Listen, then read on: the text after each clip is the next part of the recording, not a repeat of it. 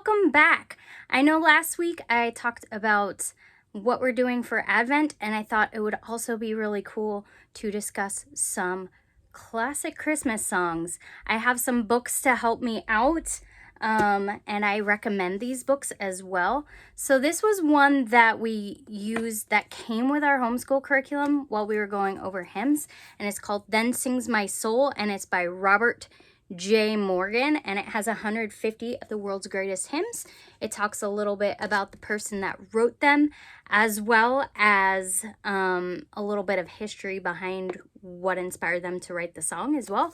Not only that, but if you have musical ability and you play an instrument, it does have the sheet music for each song as well. I don't personally play an instrument. I sing. I'm a little out of practice with singing. Anyone who knows me, so a little bit of story. Anyone who knows me for like 30 years of my life, probably, maybe longer, I sang. I was in choirs, I took voice lessons, I traveled and stuff, singing in choirs. And yeah, I think my family expected me to go into something involving music because it was such a huge part of my life. But yeah, I don't play an instrument. I took 2 years of piano in high school, and that was it. So yeah, I could say I play the piano, but it's like very basic level, and I probably am totally horrible. So anyways, this book, Then Sings My Soul, great book. I've used it for my kids, for school. And then the other book, we bought these a long time ago. My husband bought them. Probably when they came out. I don't know how old these are. These are probably like, I don't know, not too old. 2004. So just before my oldest was born, because he was born in 2005. These are put out by Focus on the Family, and they are written by Bobby Wolgamuth, if I'm pronouncing that correctly, and Johnny Erickson Tata. I think most people who are Christians know who Johnny Erickson Tata is. This is volume 3. It's Christmas Carols for the Kids' Heart. We have, I think, the whole series as far as I know. But this one specifically, volume 3, is Christmas Carols. And not only that, some of it's just like a story that goes with the song for like some encouragement that's ties to the song somehow, and some of it actually talks about and some other songs they talk about like the inspiration or the person that was writing the song. So this is also a very good book. Each book comes with a CD too that has the music on it, so that is super helpful. And then there's some cool illustrations. Like the first song I'm going to be covering is Hark, the Herald Angels Sing. And this one, it looks like it's like a little story, and it has like a Bible verse at the top. And then, and it tells you when it was written and who it was written by. And then it has also the music to it. And then it has a verse for my heart. And it's kind of hard to see that with the glare, and then it also has a prayer from my heart in there as well. So I'm going to read what's in these books. I will start with this just because I think it's cool to know a little history behind songs sometimes. So this one is really good for that. I'm trying to think. One of my favorite hymns, and it is Well With My Soul. Like, if you've never heard the backstory behind that song, I highly recommend looking it up, because it like brings a whole new like perspective to that song. But anyway, Hark, the Herald Angels Sing. It was written in, according to this, 1739. And a verse to go with that is, Then the angel said to them, Do not be afraid, for behold, I bring you good tidings of great joy, which will be for all the people. Luke 2:10. Upon his conversion, Charles Wesley, that's who was Charles Wesley. I'm sure anyone who's familiar with hymns probably knows who Charles Wesley is. And I think he's also one of the founders of the Methodist Church. Okay, so Charles Wesley immediately began writing hymns, each one packed with doctrine, all of them exhibiting strength and sensitivity, both beauty and theological brawn. He wrote constantly, and even on horseback, his mind was flooded with new songs. He often stopped at houses along the road and ran in asking for a pen and ink. That was definitely different times. I would not run into someone's house nowadays. He wrote over 6,000 hymns during his life, and he didn't like people tinkering with the words. In one of his hymnals, he wrote, "I beg leave to mention a thought which has long been upon my mind, and which I should long ago have inserted in the public papers, had I not been unwilling to stir up a nest of hornets. Many gentlemen have done my brother and me, though without naming us, the honor to reprint many of our hymns. Now they are perfectly welcome to do so, provided they print them just as they are. But I desire they would not attempt to mend them, for they are really not able. None of them is able to mend either the sense or the verse. Therefore I must beg of them these two favors, either to let them stand just as they are, to take things for better or worse, or to add the true reading in the margin or at the bottom of the page, that we may no longer be accountable either for the nonsense or for the doggerel of other men." But one man did the church a great favor by polishing up one of Charles' best loved hymns. When Charles was 32, he wrote a Christmas hymn that began, "Hark how the welkin rings, glory to the King of Kings, peace on earth and mercy mild, God and sinners reconciled. Joyful all ye nations rise, join the triumph of the skies, universal nature say, Christ the Lord is born today." Definitely like how it's been fixed a little bit. The word welcome was an old English term for the vault of heaven. It was Charles' friend, evangelist George Whitefield, who, when he published this carol in the collection of hymns in 1753, changed the words to the now beloved, "Hark the Herald Angels Sing." So that's a little bit of history behind that song and a little bit about Charles Wesley. And then in here we have, I didn't fully read it, but I think it's mostly a story to tie in the song. It's called "Hark the Herald Angels Sing, Messengers of the King." Charles Wesley, he lived from 1707 to 1788. And then Felix Mendelssohn must have written like the music to it, maybe, or modernize it, because they weren't alive at the same time. So, because he was 1809 to 1847. So he must have like composed something with it. Okay, anyway. "Behold, I bring you good news of great joy that will be for all the people." Luke 2:10b, which I think, wasn't that our verse from our last book? Was Luke 2:10, the whole thing. So, "Hear ye, shouted the king's messenger. From atop his tall, sleek horse he exclaimed, I have been sent from the palace to proclaim the news to all villagers. The royal decree has gone throughout the land that all should know what good tidings come from the king's castle. Listen well, fellow citizens, for the heir to the monarch has just been born. It was custom in ancient times to send the king's fine soldiers to ride throughout the kingdom and pronounce news from the palace. Trumpets would blow, calling people from their homes to listen to the proclamation.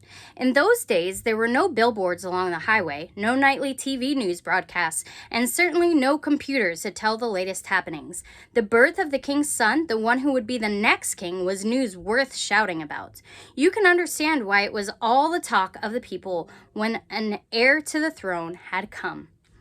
When the King of all kings came to earth, it's no wonder that God sent some messengers to proclaim the news. But whom could God possibly send to announce the birth of his own son?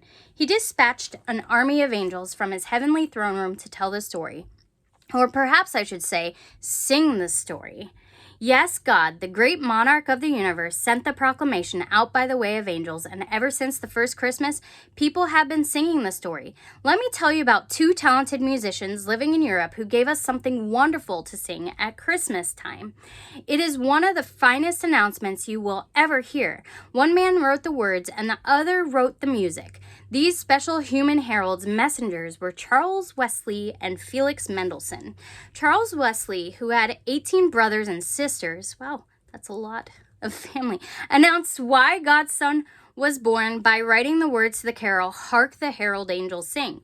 His mother had taught every one of her 19 children that God had an important job for each of them. In this carol, Charles tells us that God's child had a very special assignment. He wrote that Jesus had made it possible for God and sinners to be reconciled, brought together as friends. Hail the heaven-born Prince of Peace is what the angels sang the first Christmas night when they proclaimed the royal birth. And that's really good news for you and me. It's no wonder that the music for this carol makes you so glad, for the man who wrote the tune was named Felix, which in Latin means happy. And he was a very happy musician and successful orchestra conductor because he loved the Bible and listened fully to God. Although he wrote special anthems for earthly kings, his favorite music to write was to praise Jesus, the King of Heaven. He was a human herald who learned to turn the sounds he heard into noble music to praise God. And what a grand job he did with this carol. It would be called the greatest proclamation of all Christmas songs. Still today, when something very wonderful happens, an announcement goes out. When you were born, your parents may have sent out a card to all their friends telling about your birthday, how much you weighed, and how many inches long your tiny body was. The announcement was probably delivered by the mailman, and unless you have a singing mailman, it was probably just written down. Can you understand why God would want this announcement to be delivered by the way of mighty singing messengers? He wanted to include the heavenly host because it was such a magnificent celebration. Would you like to see a herald angel today? It would be fun to hear the voices of those myriads of celestial beings who brilliantly displayed the message of God, wouldn't it? But maybe there is a way to hear God's messengers in a new way. When you sing the story of the newborn king, you are a herald. Yes, you are one of God's messengers. And you may be just the one to ride over to your friend's house and proclaim, "Hey, I have great news." You can go Christmas caroling as a happy herald and go ahead and sing the announcement, "Glory to the newborn king." So verse for my heart in this one is anyone cheerful? Let him sing praise. James 5:13b. So I'm going to try to sing it. I'm a little rusty, but yeah, I'll try to sing it for you. Hopefully I don't start out too high and then end up screeching. That would be bad. I'm trying to get this tab out of here so that I know I did it.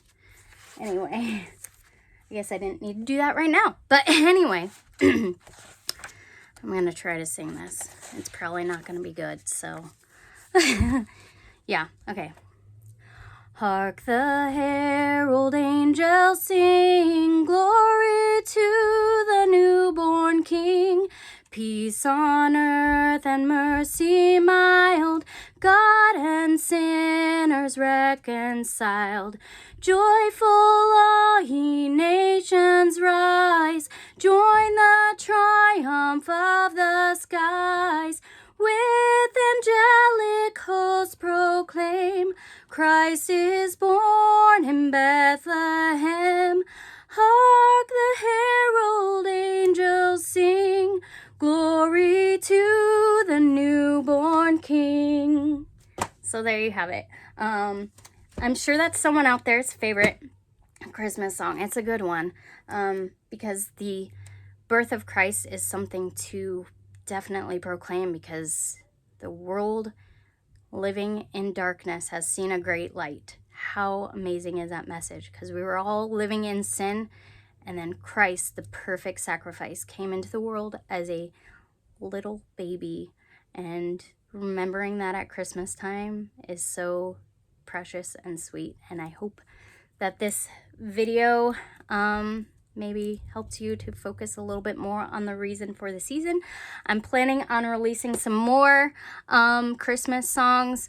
Hopefully I'll get used to recording my voice singing again, because I was a little nervous. But yeah, I haven't done that in a while.